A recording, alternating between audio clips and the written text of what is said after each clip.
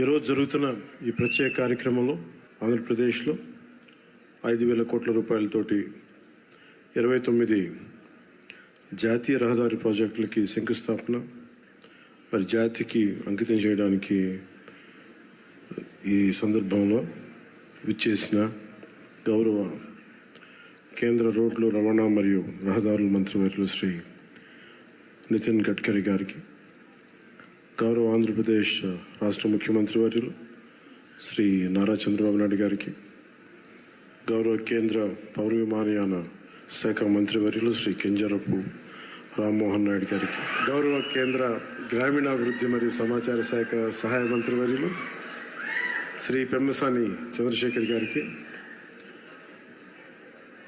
గౌరవ కేంద్ర భారీ పరిశ్రమల మరియు ఉక్కు శాఖ సహాయ మంత్రివర్యులు శ్రీ భూపతిరాజు శ్రీనివాసవరం గారికి, గౌరవ ఆంధ్రప్రదేశ్ రాష్ట్ర రహదారుల భవనాలు మరియు మౌలిక వస్తువుల పెట్టుబడుల శాఖ మంత్రివర్యులు శ్రీ బీసీ జనార్దన్ రెడ్డి గారికి, ఆరోగ్య వైద్య శాఖ మంత్రి వైద్య శాఖ మంత్రి శ్రీ సత్యకుమార్ యాదవ్ గారికి, మనం గౌరవ పార్లమెంట్ సభ్యులు శ్రీ దగ్గుపాటి పురంధేశ్వరి గారికి, అలాగే మిగతా గౌరవ పార్లమెంటేరియన్స్ అందరికీ, ఇక్కడికి విచ్చేసిన తెలుగుదేశం, జనసేన, భారతీయ జనతా పార్టీ నాయకులకి, ప్రజలకి, ప్రతి ఒక్కరికి నా హృదయపూర్వక నమస్కారాలు. ఈరోజు జరుగుతున్నది కేవలం రోడ్లు వేయడం మాత్రమే కాదు, ఇది మన భారత్ అభివృద్ధికి, ఐక్యతకి, మెరుగైన భవిష్యత్తుకి చాలా బలమైన పునాది. ఈ దేశ ప్రగతికి, పురోగతికి చిహ్నాలు రవాణా మార్గాలు. దీనిని ఏ ఆర్థికవేత్తలైనా అంగీకరిస్తారు. 1999లో భారతదేశానికి గోల్డెన్ క్వార్టర్లేటరల్ ప్రాజెక్టు రహదారుల దశను మార్చాలనే ఒక గొప్ప ఆలోచన చేసిన ఘనత నాటి ఎన్డీఏ ప్రభుత్వానికి. దార్శనికులు, భారతరత్న శ్రీ అటల్ బిహారీ వాజ్పేయి గారికి మానసపుత్రికగా మొదలైన గోల్డెన్ క్వార్టర్లేటరల్ ప్రాజెక్ట్ దేశ రహదారుల దిశనే మార్చిన గొప్ప ముందడుగు. భారతదేశం సుస్థిరమైన ఆర్థిక ప్రగతితో ముందుకు వెళ్తోంది.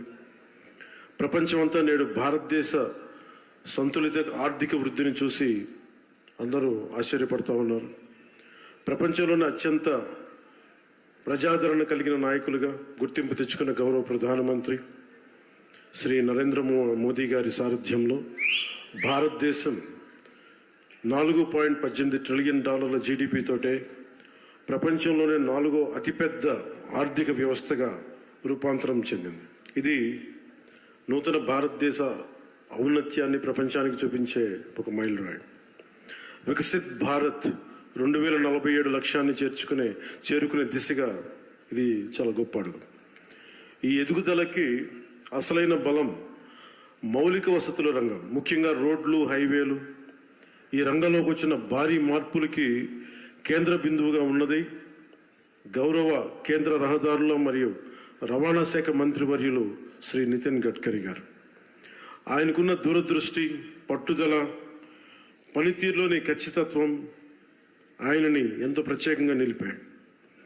2014లో దేశంలో జాతీయ రహదారులు 91,000 కిలోమీటర్లు ఉండగా ఇప్పుడు అది 1,46,000 కిలోమీటర్లకి పెరిగాయి. రహదారి నిర్మాణ వేగం రోజుకి ఒకప్పుడు 11.5 కిలోమీటర్లు ఉంటాయి. ఈ రోజునది రోజుకి సుమారు 34 కిలోమీటర్లు చేరింది అంటే అది గడ్కరీ గారి ఘనత, ఆయన లీడర్షిప్ ఎబిలిటీ. నిర్మాణ వేగం 3 రెట్లు పెరిగింది. అలాగే మౌలిక వస్తువుల రంగానికి కేటాయించిన బడ్జెట్ని సుమారు 6 రెట్లు పెరిగింది. Atal tunnel, Delhi Mumbai expressway, Chardham highway, ఇలాంటివన్నీ గొప్ప ప్రాజెక్టులు ఆయన నేతృత్వంలోనే పూర్తయ్యాయి. Shri Gadkari ji is therefore seen as a symbol of India's infrastructure renaissance and is rightly known as the highwayman of India. మన రాష్ట్రం కూడా అభివృద్ధి దిశగా పరుగులు పెడుతోంది. గౌరవ ముఖ్యమంత్రి శ్రీ నారా చంద్రబాబు నాయుడు గారి నాయకత్వంలో మన ప్రభుత్వం మొదటి రోజు నుండి అభివృద్ధిపైన దృష్టి పెట్టింది. గత ప్రభుత్వానికి కేంద్రం నుండి సహాయం వచ్చినా రహదారి అభివృద్ధిపై సరైన శ్రద్ధ చూపలేకపోయారు. కానీ ఇప్పుడు ఎన్డీఏ కూటమి ప్రభుత్వం స్పష్టమైన లక్ష్యంతో పూర్తి కర్తవ్య బద్ధతతో పనిచేస్తుంది. అలాగే జాతీయ రహదారుల నిర్మాణం తరహాలోనే మన రాష్ట్రంలో అడవి తల్లి బాట పేరిట గిరిజన ప్రాంతాల్లో రవాణా సదుపాయాలు కల్పించేందుకు కొండ రహదారుల నిర్మాణాన్ని కూడా ప్రారంభించాం. దీనికి మనందరం కూడా చాలా మనస్ఫూర్తిగా ప్రధానమంత్రి గారికి కృతజ్ఞతలు చెప్పుకోవాలి. పిఎం జన్మన్ ప్రధానమంత్రి జనజాతి ఆదివాసీ న్యాయ మహా అభియాన్ కింద అది ఓట్లు పడే దారులు కాదు, 1,00,000 మందికో 25,000 మందికో ఉపయోగపడే రోడ్లు కాదు, కానీ అభివృద్ధి పథంలో అందరూ బాగుండాలి, అందరూ దీంట్లో భాగస్వామ్యం తీసుకోవాలి అని ఒక సదుద్దేశంతో ఈ పిఎం జన్మన్ కింద ప్రధానమంత్రి గారు దగ్గర నుంచి పిఎం జన్మన్ పథకం కింద కేంద్ర ప్రభుత్వం నుంచి 550 కోట్ల రూపాయలు మనకు వస్తే 50 కోట్ల రూపాయలు మన ఆంధ్రప్రదేశ్ నుంచి, నరేగా నుంచి దాదాపు 500 కోట్ల రూపాయలతోటి ఈ రోజున అడవి తల్లి బాటని స్వాతంత్రం వచ్చినప్పటి నుంచి కూడా రహదారులు వేయని గ్రామాలకి ఈ రోజున డోలీ మోతలతోటి ఇబ్బందులు పడుతున్న ఆ పరిస్థితిని తొలగిస్తూ రవాణా లేని ఏజెన్సీ గ్రామాలని రోడ్లతో కలుపుతున్నాం. దీనికి ప్రత్యేకంగా గౌరవ ముఖ్యమంత్రి శ్రీ నారా చంద్రబాబు నాయుడు గారికి కృతజ్ఞతలు తెలుపుకోవాలి. వారికి ఒకటే తెలియజేశాను, ఈ డోలీ మోతలు చాలా ఇబ్బందులు ఉన్నాయి సార్, కనీసం మనకున్న ఈ ఆర్థిక ఇబ్బందుల్లో కనీసం మీరు ఒక 50 కోట్లు కానీ రిలీజ్ చేయగలిగితే కనీసం కొన్ని గ్రామాలకైనా మనం చేయొచ్చు అంటే చాలా పెద్ద మనసుతోటి ఆ రోజున ఆయన ఆ 50 కోట్లు విడుదల ఈ రోజున దాదాపు మనం 1000 కోట్లుకి రోడ్లు వేయగలిగే స్థాయిలో ఉన్నాం. అందుకే మనస్ఫూర్తిగా మన ముఖ్యమంత్రి గారికి నా ధన్యవాదాలు తెలుపుతా ఉన్నాను. అలాగే ఇప్పుడు మనం ఈ రహదారులు కేవలం ప్రయాణ సౌలభ్యం కోసం మాత్రమే కాకుండా ఎకో టూరిజం అభివృద్ధికి, యువతకి ఉపాధి అవకాశాలకి మార్గం వేస్తున్నాయి. ప్రకృతి సౌందర్యాన్ని కాపాడుతూ నిర్మించిన ఈ మార్గాలు మన రాష్ట్ర అభివృద్ధికి గర్వకారణంగా నిలుస్తున్నాయి.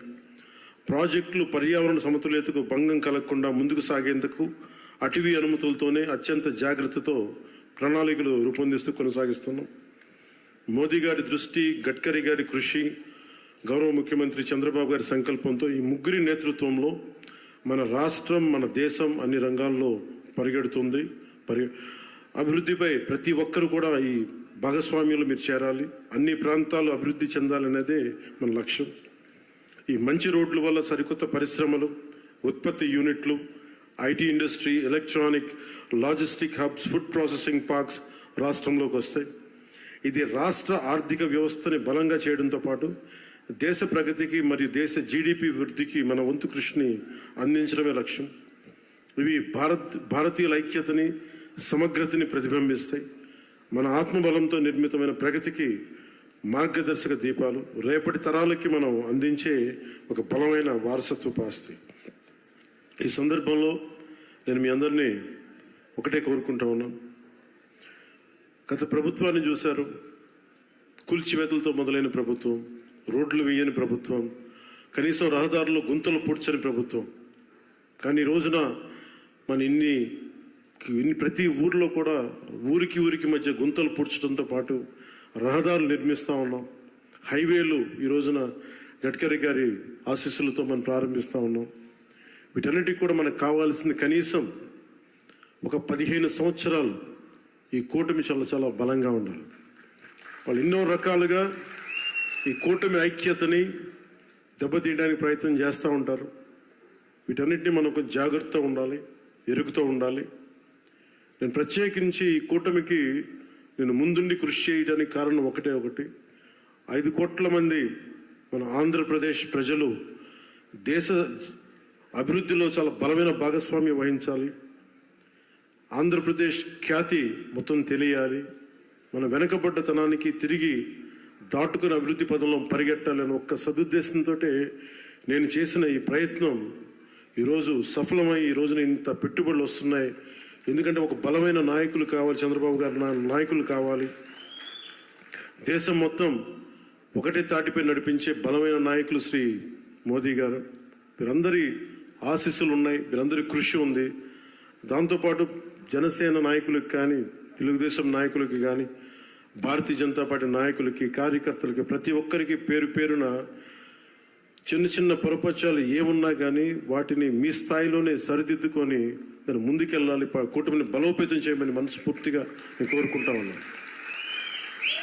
అందుకని మనస్ఫూర్తిగా మరోమారు ధన్యవాదాలు తెలియజేసుకుంటూ ఆంధ్ర అభివృద్ధి పదంలో రాకెట్ స్పీడ్తో వెళ్ళాలని మనస్ఫూర్తిగా కోరుకుంటూ ఇక్కడికి వచ్చిన మీ అందరికీ ప్రత్యేక ధన్యవాదాలు తెలుపుకుంటూ గడ్కరీ గారికి మరోమారు మనపూర్వక ధన్యవాదాలు తెలుపుకుంటూ సెలవు తీసుకున్నాం. జై భారత్, జై హింద్.